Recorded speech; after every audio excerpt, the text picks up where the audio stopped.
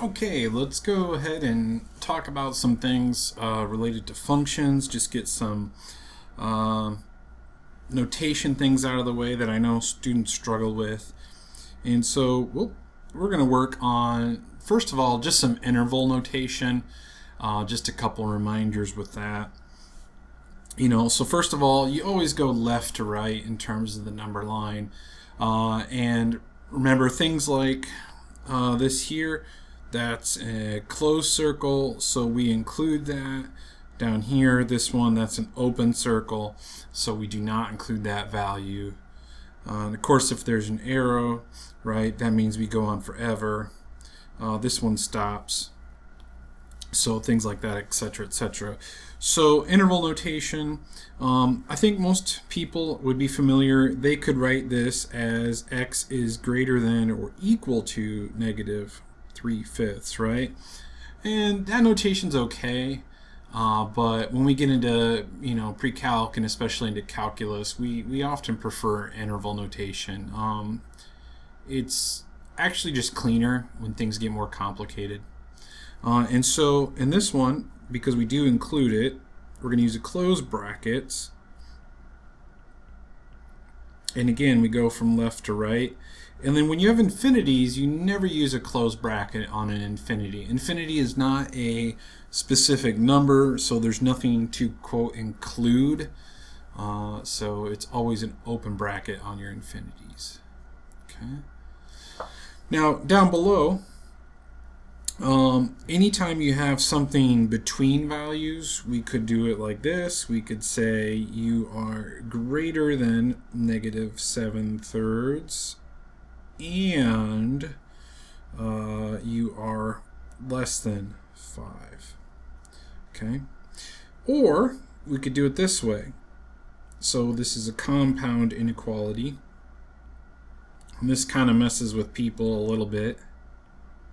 You read from the variable. So if I'm reading from the variable, x is greater than negative 7/3 and x is less than 5. So that's a compound inequality when you have like a between situation. But again, we'd prefer interval notation, and when you have interval notation, this is really simple. We do not include 7/3, so that's a open parenthesis, comma, 5. So there you go. That represents that bit on the number line. Okay. So now, what about this one? So unlike here, we have kind of like an overlap or an in-between, and you notice we use the word and. Okay. On this one, these are separate, and so the magic word is or. And so, by the way, this goes to negative infinity. So again, you always start left to right. So negative infinity up to 0, not including 0. Or we would be in this interval, and we are going to include 3 to infinity. Now, when we do intervals, or means you could be in one or the other, right? Okay. But we have a special symbol, and so when we have ors, we actually use a U-shaped symbol, but it's not a letter U, so it's not like it has a tail on it. It's not a letter U, it's a symbol. So maybe a horseshoe is better, I don't know. But that is for union, and union is kind of like the word or. So when you have a union, that means you put this set together with this set. Okay? And so that's a union of those two intervals. The other way I could have done it, right, is I could have done it with inequalities. I could have said x less than 0 or x greater than or equal to 3. But again, we prefer interval notation. Now this one down here, this one's a big mix of a bunch, and this is where interval notation is really good.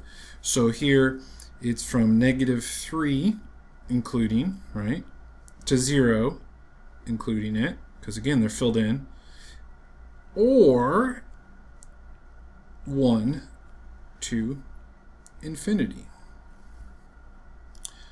And so with, again, interval notation, super nice, much easier and crisper, if you will. So clean notation. Okay, now, why do we care? Because when we get into functions, we want to talk about functions. We want to talk about increasing, decreasing, domain, range, right? We want to talk about the maximums, the minimums, and all that stuff. So first of all, let's talk domain. Okay, so domain, that is all of the x inputs, right? So if I was to, here, that's got an output, so that's part of my domain, this 3 here. Map that down, that's part of my domain. That's part of my domain. That's part of my domain. That's, oops, kind of think of it backwards. So go from the function, drag it down to the x-axis, drag it down to the x-axis, and you fill it in. So actually for all of these values are going to get hit.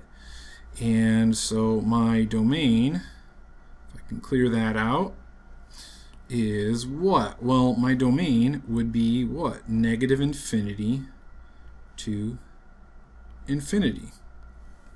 So it's everything. Now, you could also write like all reals or something like that. So you could say all reals,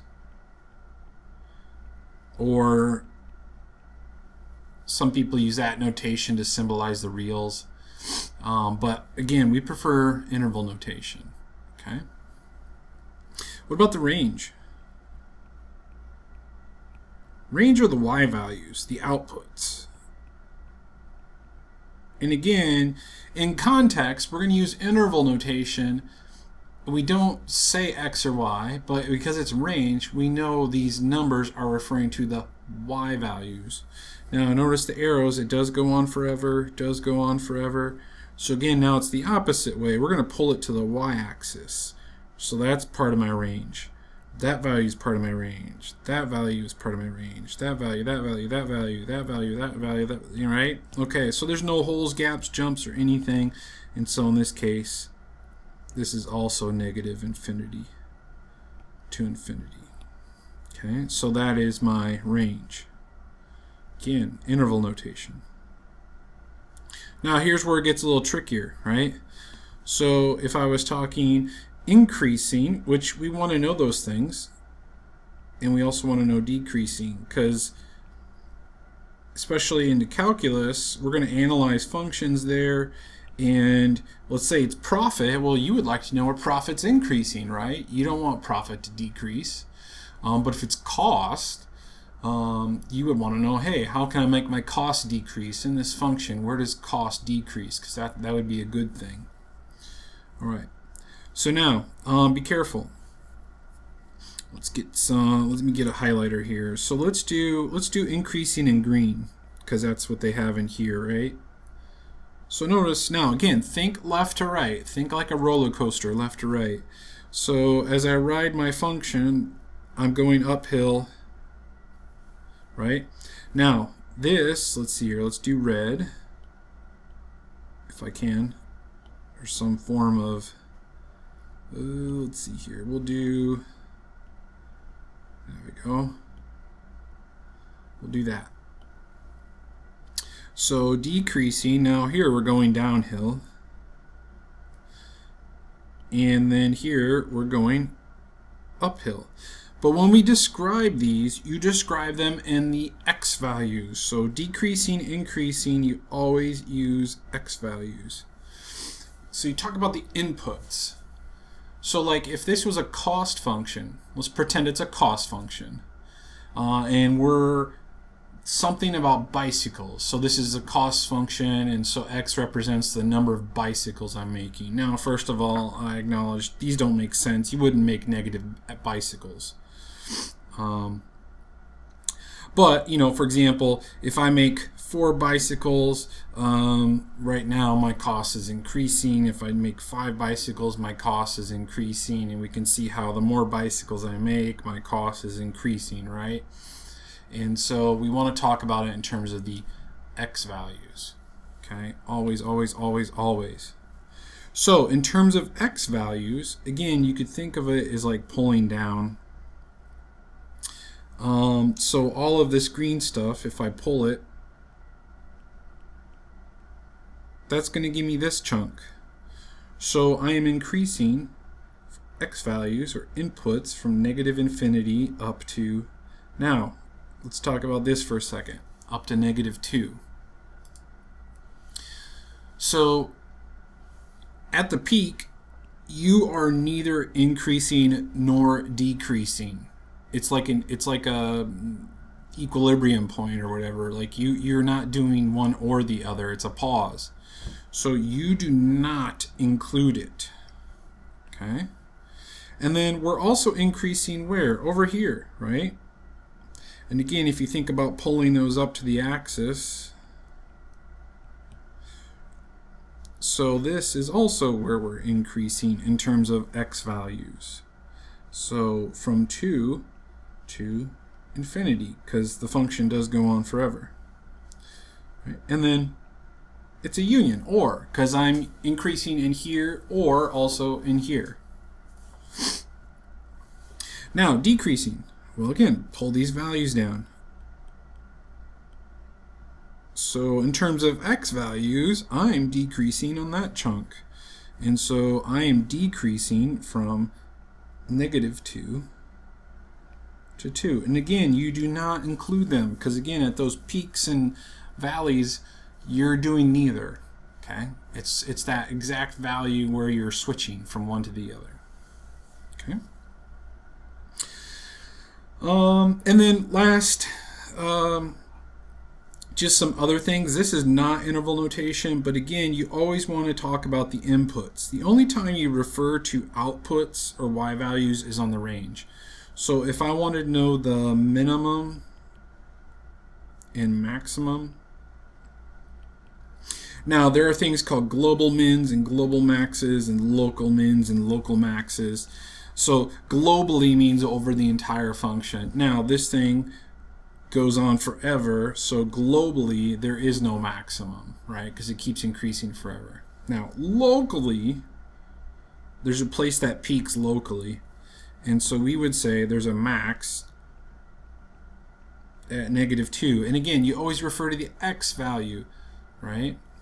And then here locally there's a minimum at 2. So the x value at 2. Again, you always refer to the x value. Now, why do you refer to the x value? Because most of the time the function's right. It's f of what? F of x. So if you tell me the minimum happens at x equals 2, great. Oh, so cost is minimized when I make 2 bicycles, right? Again, this graph doesn't make sense for bicycles, but just go with it.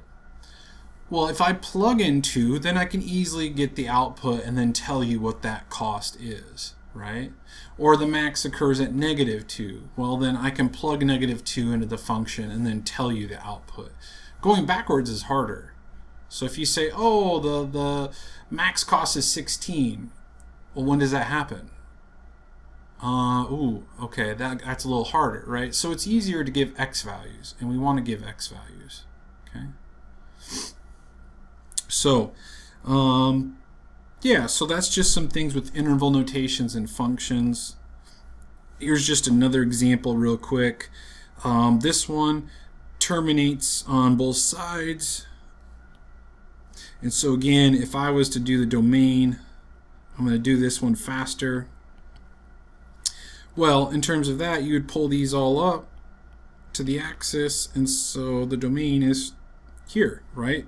Those are all the x values that give me outputs, and so the domain would be from -3, because you notice that's an open circle, to 1, because, whoops, excuse me, 1, because this is included, and so I do include that input. That exact 1 gives me that exact output. All right, range. Okay, again, pull everything to the y-axis. Looks like, now this one's a little trickier. right? And then all these get filled in. Now this one does look like it hits here. This one's open, but it doesn't matter because this part actually pulled back to the axis and we do have a value. And so we are going to say, now again, think low to high, so negatives to positives.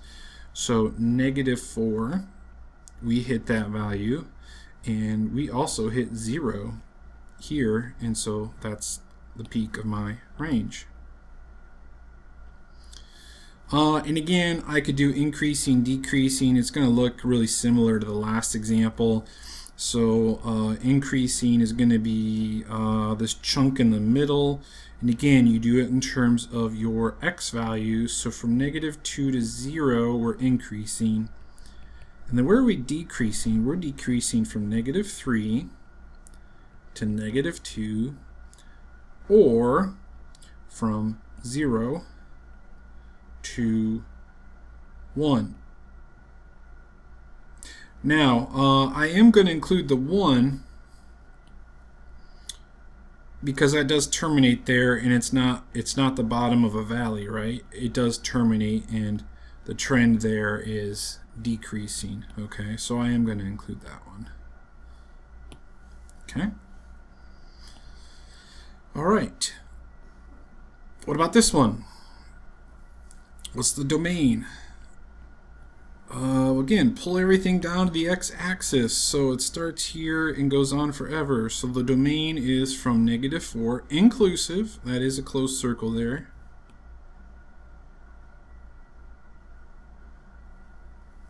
and it goes on to infinity. By the way, this is the graph of a root, some sort of even root. Range looks like 0 to infinity, right? So this one pulls back to 0, inclusive. That pulls back here, here, here. These pull back here, here, here, and goes on forever. So there's my range, right?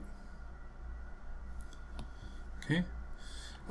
Increasing is increasing over the entire thing. So the same thing as the entire domain.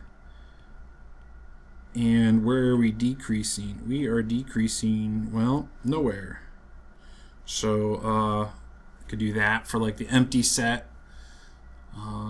Or you could just say nowhere, or not applicable, does not apply, does not exist, or whatever.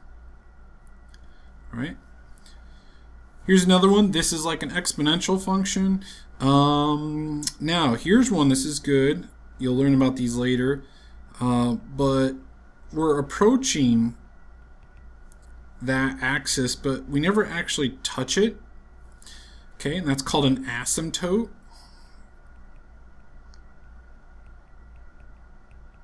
Okay, so my domain looks like actually that goes on forever, and we go on forever this way as well, which will keep extending out. So my domain is everything, and my range is what? Well, we get closer and closer and closer to the x-axis, but we never actually hit it, and so we don't include 0, and this keeps going up forever and ever, and so we're going to climb forever and ever, infinity. And just like the last one, this one's always increasing, so the increasing is going to match the domain, and then the decreasing does not exist. Okay. This also has no local max or mins at all. Alright, what about this? Now this is an example of a piecewise function. Now this one's fun. It's also kind of interesting because if I pull this down here, okay, this goes on forever. All these pull down. Now that is filled in, so that does pull down. So even though this is open, this one's filled. So that is part of my inputs. These pull down. That's filled. So that's part of my inputs. And then these. So actually, if you check it out, my domain is actually everything. Okay?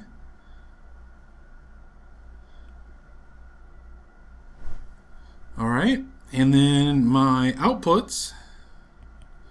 Well, this is my lowest output. These all get hit.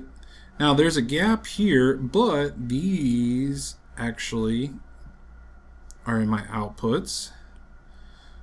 All right, and these are my outputs. These are my, and actually this goes on forever. So actually 0 to infinity. Okay. And then we could do the whole increasing, decreasing thing, right? Now, this is a piecewise function, so let's talk about that for a second. When you have a piecewise function, you want to break it down into chunks. So I got one chunk here. That looks like some sort of quadratic. I got another chunk here. That's like a constant. And then there's another chunk here. That's a line. And so when I break up my function, that's going to have 3 parts. Okay? So 1, 2, 3 parts. And then this is where you go back to sort of this domain idea. Now, the first part, the green part, right? So let me go back, kind of do it like this. The green part, what's the domain of the green part? Well, that's from negative infinity to, let's see here, it goes up to 1. Now, when we do piecewise functions, this is kind of funny because I keep pounding on interval notation. But when we do piecewise functions, we actually often don't use interval notation. We go back to things like this. And so this is modeled from x less than or equal to 1. Okay. And then what is that? Well, then you could work and figure that out. Actually, that looks like just a simple quadratic of x squared. Okay. Now let's work on the next part. So the yellow part, well, that's just a static line. And by the way, that's from where? Well, that's from 1 to 2. Okay, so from 1 to 2. Now, do we include the 1? No, it's an open circle. Do we include the 2? Yes, we do. And that's just 3. And then lastly, okay, what about this line? Well, that line is from where? That's for values of x greater than 2. And then what is the equation of that line? Well, that looks pretty simple. That looks like it just has a slope of 1 to 1, right? 1 over 1. And so it's just, oh, and if I was to continue that on, actually the x-intercept is 0, so that's just the line y equals x. And there you go. And so now I've built my piecewise function. So on this chunk, here's my rule. That gives me the green part. So maybe let's color code these again. On this chunk, we get the 1 to 2, we get the 3. And that's the rule for that part. And then for x greater than equal to 2, we use this rule. And then that's how you can build up piecewise functions. Okay. So there you go. I hope that kind of helps with some of the things there. So just working on your interval notation, and then I know that piecewise functions are kind of new, and so a little bit of a look at those. So all right, I hope that helped. That was helpful. Try to keep these videos shorter, but I also want to just pack in things that I think you should know. So all right, there you go.